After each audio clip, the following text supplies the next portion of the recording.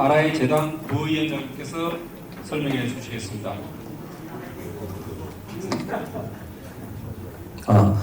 예, 반갑습니다. 원래 저는 보조금 사례에 대해서 이제 시간을 20분 할당을 받았는데요.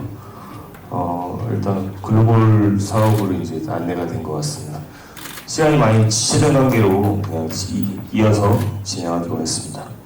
그 대표적인 보조금 사업에는 두 가지가 있습니다. 글로벌 보조금 사업과 지구 보조금 사업인데요. 지금 보시는 거는 파주 지역에서 각 클럽들이 이제 합동으로 지구 보조금 사업을 했던 겁니다.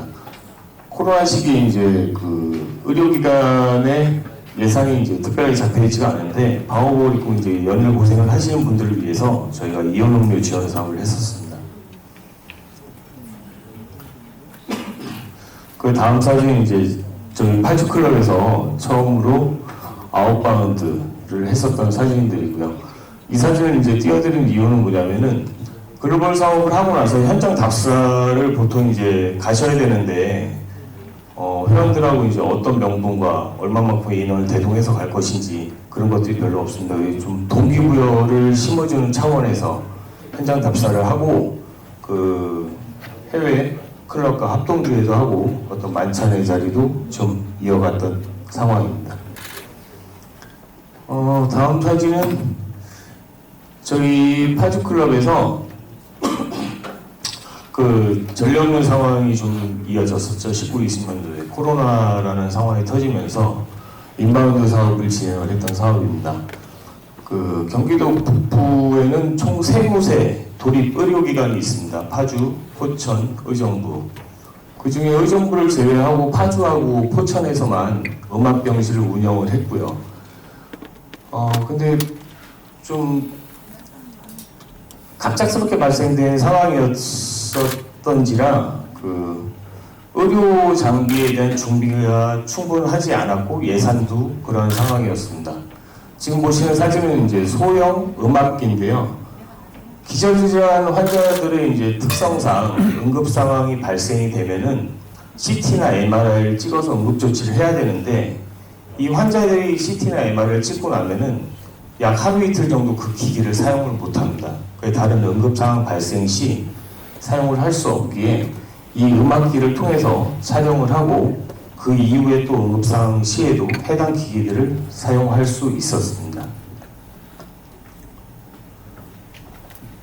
여기까지 이제 사례분 발표를 준비를 제가 한 거고 오늘 드리고 싶은 말씀은 보조금 사업에 대해서 이제 두 가지가 있다고 말씀을 드렸습니다. 지구보조금과 글로벌 보조금인데 지구보조금 같은 경우는 어떤 형식의 제약이 없습니다. 그래서 여러 가지 지역 합동이든 아니면 클럽 단독이든 사업을 계획해서 이제 실행을 하실 수가 있고 글로벌 보조금 같은 경우는 대부분 이제 아웃바운드부터 이제 시작을 하시죠. 아웃바운드를 시작을 하시는데 제가 10년 동안 이 사업들을 진행을 하면서 좀 느꼈었던 부분들을 말씀을 좀 드려보도록 하겠습니다. 처음 이제 글로벌 보조금 사업을 시행을 하게 되면은 주변에서 이제 본인의 의지와 상관없이 이제 추천이 들어오죠. 한번 해봐라. 그거 뭐 그렇게 하면 된다더라. 말씀도 엄청 쉽게 하시죠. 근데 처음에 이제 매칭하는 것 자체가 담당자한테는 상당히 부담이 될 겁니다. 그래서 저 같은 경우는 이제 주변의 도움을 좀 받았는데요. 처음에 제가 2013년도에 글로벌 보조금 아웃바운드 아까 사진상에 사업을 시작을 하면서 많은 어려움들이 많았습니다. 어려움들이 엄청 많았는데 13년도에 시작된 사업이 2019년도에 마무리가 됐어요. 동남아 분들이 한국 사람들이 성격이 좀 급한 것도 있지만 좀 느긋한 부분들이 많습니다. 그래서 최종 보고서라든가 영수 처리가 정확히 안 돼가지고 한 6년이라는 시간 동안 이제 긴 시간 동안 진행이 됐었는데 저는 이제 우왕 전 총재님한테 좀 부탁을 드렸어요. 어떻게 하면 이걸 풀 수 있을까? 한 몇 년간의 총재님들 연락처를 받고 뭐 회장님들 연락처를 받고 해서 꾸준히 이제 아침, 점심, 저녁 계속 인사를 드려요.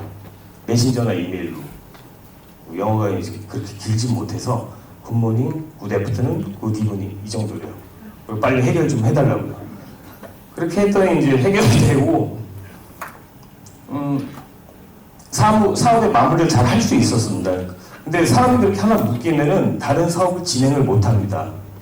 RI에도 계속 요청을 해야 되는 상황이었고, 처음 시작할 때 많은 그 벽에 이제 난간에 부딪히시는데, 저 같은 경우는 이제 전 총재님이나 지역 대표님이나 지구 임원을 통해서 시작을 하셨으면 좋겠다는 생각입니다.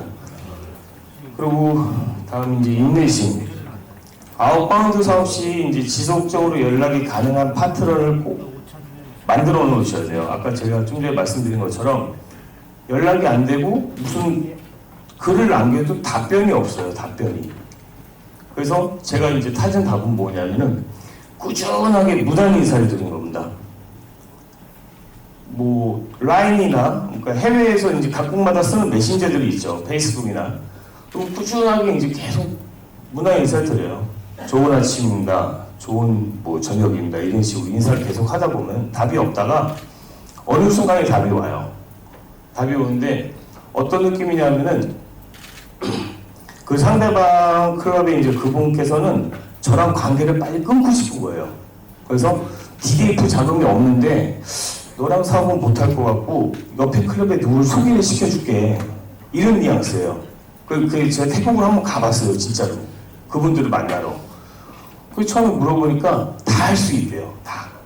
다. 근데 결국 막상 이제 사업을 딱 펼쳐놓고 보면은 그쪽 기준이죠. 그쪽 기준에서 인바운드 할 때는 엄청 적극적이에요. 근데 한국 기준에서 인바운드죠. 그쪽에서는 아웃바운드죠. 좀 이제 소극적이에요. 그러면서 DDF 자금이 없대요. DDF 자금이. 그런 부분을 해소하기 위해서는 꾸준한 어떤 관계를 지속하셔야 되는데 거기서 많은 인내심이 필요하다고 생각이 듭니다. 그리고 다음 이제 사업계획서 말씀을 좀 드리도록 하겠습니다. 제가 이제 10년 동안 글로벌 사업을 하면서 느낀 게 뭐냐면은 우리가 RI 홈페이지 들어가서도 여러 사업들을 보실 수가 있죠. PDF로 되어 있는. 근데 문제는 뭐냐면 대부분 다 영어로 되어 있습니다. 영어로. 참 난해해요. 어떤 사업을 할 수 있는지가 아니라 좀 쭉 보고 나서 뭘 좋은 사업을 선택해서 하고 싶은데 일단 영어로 되어 있다는 것에서 이제 언어의 장벽에 부딪히기 시작하고요. 그 밑에 이제 나와 있는 것처럼 저는 사업계획서를 작성을 할 때 먼저 한글로 작성합니다. RI 홈페이지에서. 제 영어 실력이 출중하지 못하다 보니까 주변에 이제 영어 실력이 좋은 분들께 해석을 부탁을 드려요. 해석을. 그리고 그 해석이 온 것을 복사해서 이제 붙여넣기를 합니다. 한글은 그대로 놔두고요. 그렇게 해야지 앞으로 인바운드든 아웃바운드든 어떤 소스를 가지고 사업을 진행하실 회원분들께 많은 도움이 되고요. 그러한 입장이 매년 지속되다 보면은 저희 클럽에도 인바운드 사업이 많이 넘쳐날 것 같습니다. 지금 당장부터라도 지난 사업 계획서들을 좀 정리하면 좋을 것 같고요.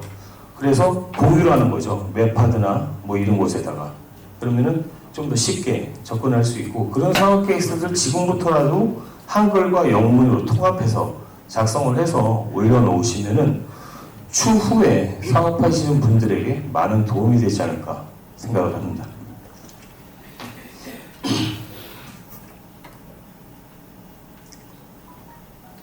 그리고 우리가 이제 기부금이죠. 기부금을 납부하는 것에 대한 보조금의 이제 구성에 대해서 이제 좀 말씀을 드릴 건데요.